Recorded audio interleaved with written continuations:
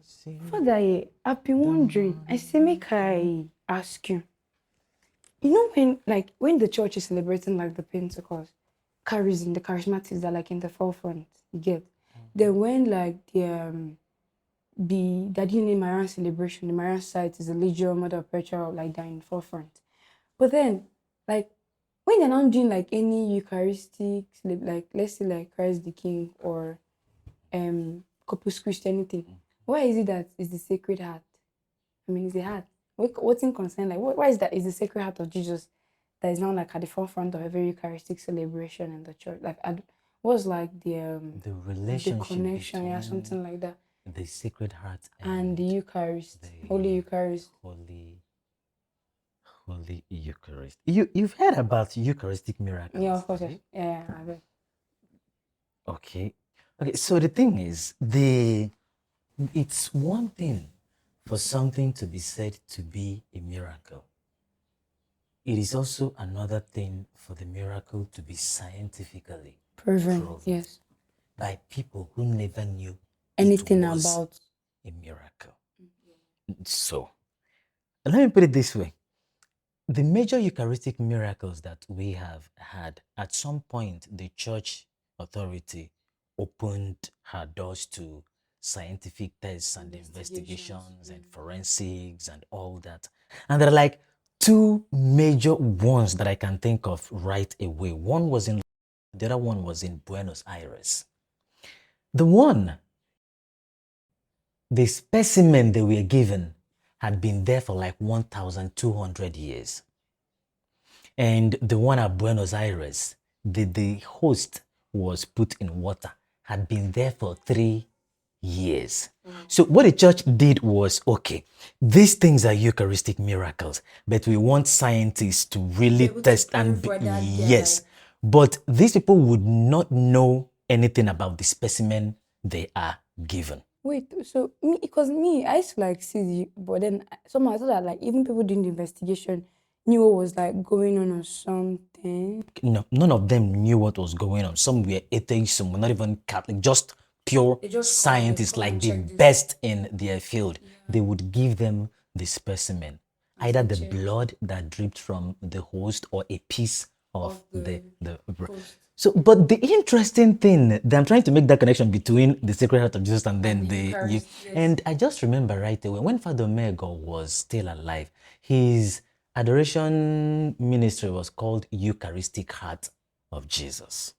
The Eucharistic Heart It's just the name that connects the two of things. Jesus. Yes. Okay, yes. So I think he was able to made that connection. So, but the thing that happened was all these things were done independently, but all of them arrived at the same answer. And the answer they arrived at was that these specimens contain tissues from a human heart.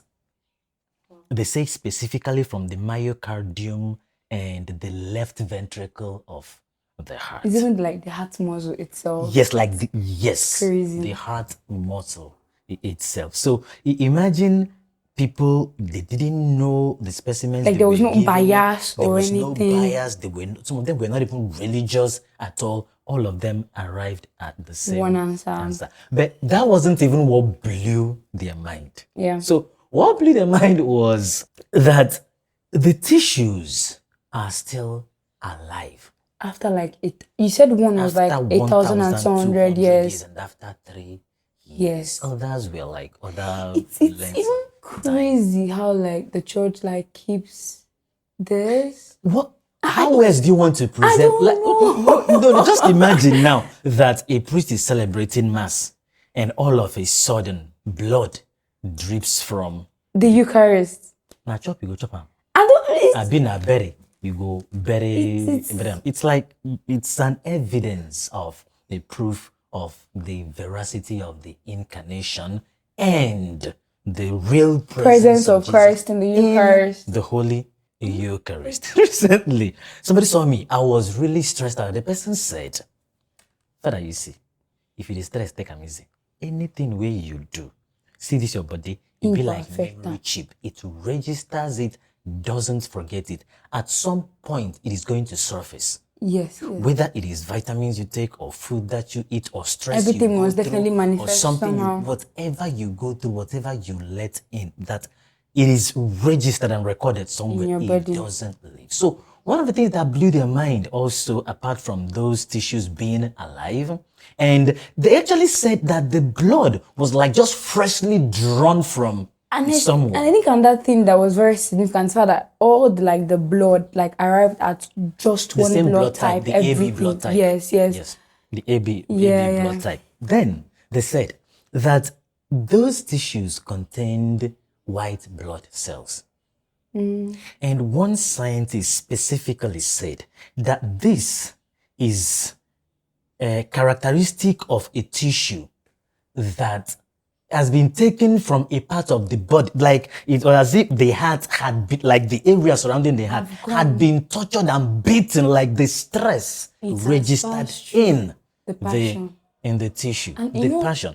So the presence of the white blood cells was like proving this person passed through very serious trauma and stress. One even mentioned asphyxiation. I don't know how to Yes, I call know them. he died it was among the things he went through on the cross, like that asphyxiation when he was on the cross. Okay, so it registered in his blood. So now, if you went to church today, yes, I did go to church. All the readings that we read in church had something to do with the heart. Something to do with that. First reading was talking about you were a chosen people. God chose you out of love. Heart is the seat of emotions. Love. The will. So God wills you into existence out of love and sustains your existence out of being in the sacrament. Yes. And then in the responsorial psalm talks about his mercy, Igbo would say Honanya, because of course at some point you see different versions of the Bible using mercy and love interchangeably. His mercy endures forever, or his love endures forever. Because at the end of the day, mercy flows from love. Yes. And that love flows from the heart. The heart. So all the readings were focusing on the heart of Jesus. Then the second reading now says, if you do not love, you are not of God. If you are God, you should love, because God is love. Not that God loves or that but God He is love. And then the gospel reading, Jesus says, I am meek and humble of heart. Everything pointing to the heart of Jesus. So now, with the readings and with the miracles, you could arguably say that what you receive in the Eucharist is the heart of Jesus. And something that may sound really interesting, I just thought about that today, that when Jesus was asked what were the two highest commandments or something. Yeah, like the highest commandment. Yes, he said love of God and love of neighbor, But eventually, he said, a new commandment I give you. Love your neighbor as I have loved you. And he said that in the context of the establishment of the Holy Eucharist. So it is like, I now give you my heart so that you can love as I love. Yeah. So I think that's the... It's just how crazy how the Passion, the Holy Eucharist, the Blessed Sacrament all arrives at just one thing, which is the same person. The heart and the love of Christ. And it still goes to show us like that the extent we should love, because of the extent like love does. He was okay dying and giving up himself for us, and then we should be okay to give up ourselves for others and give up ourselves for him. Christ's love is overwhelming. So it's more like, I was telling them in church, anytime you receive the Eucharist, think about it like you are receiving the heart of Jesus. That the summary of all our prayers today should be, Jesus, meek and humble of heart. Make my heart like unto thine. So that you can forgive, have empathy, be concerned about other people, put other people first, because you receive literally the heart. And you're carrying him. You should not behave anyhow if you're like carrying him. And like Father Bishop would say, unlike what happens on the biological level, when you eat food, your body transforms it or converts it into whatever it wants. But when you receive Jesus, he is the one that converts you into his own likeness, transforms you into his own likeness. So, It goes to explain again why like the Holy Eucharist, like the daily reception of the Holy Eucharist is very important, because when you have that, it's okay. Like some people can like go on Sundays and still have the consciousness that they're carrying God in them. But then when you have that consciousness, you actually received Christ today, and you need to like live out the person that you received. And you have to imitate the person that you received. It goes on to like influence how well you like relate with everybody and everything. All of them have to like center under one thing, which is love. It just makes things much more bearable and easy, I guess, when you're doing everything for Christ, something like that. I think that, and it might also love makes obedience easy. And if Christ did, all he did was obey the Father's will. When we have his heart, then we can obey his will. We can obey his commandments. Yes, do his will and live like it makes everything easier. I was look at go for the when I was talking about love making things easier. Onye mmadụ hụrụ na ya rịọ ma ihe, no be mechiri juma aka ko nwere ọzọ hụrụ. Like it just makes it easy. Concern for like what these people they go.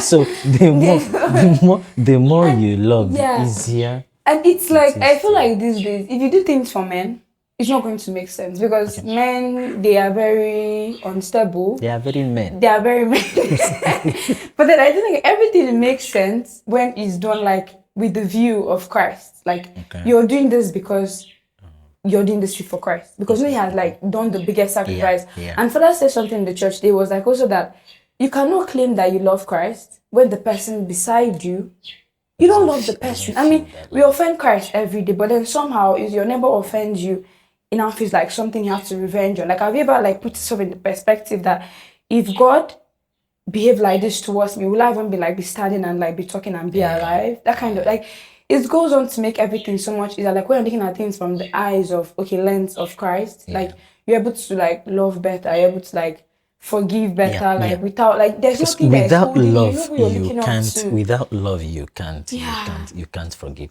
I think we should take time and look at the Eucharistic miracles and those ones that have been scientifically tested, so that I think the last one was about 2014 or something like that. At least Ndamo who got mad, so we can like pick the date of the miracle, how it happened, then the scientist that was involved, the documentation of all the processes, and then because anyway, because these miracles and these results, they're enough to make everybody understand that Jesus is really present in the Holy Eucharist, not just a symbol or something that represents. These things have been scientifically proven and documented. They are there. If anybody checking me the research. So I'll say that then I think that's the relationship, the Eucharist that we receive from all the miracles and the scientific results. The heart of Jesus. Yeah, it summarizes just the love of Christ. Thank you, Father. I really appreciate it.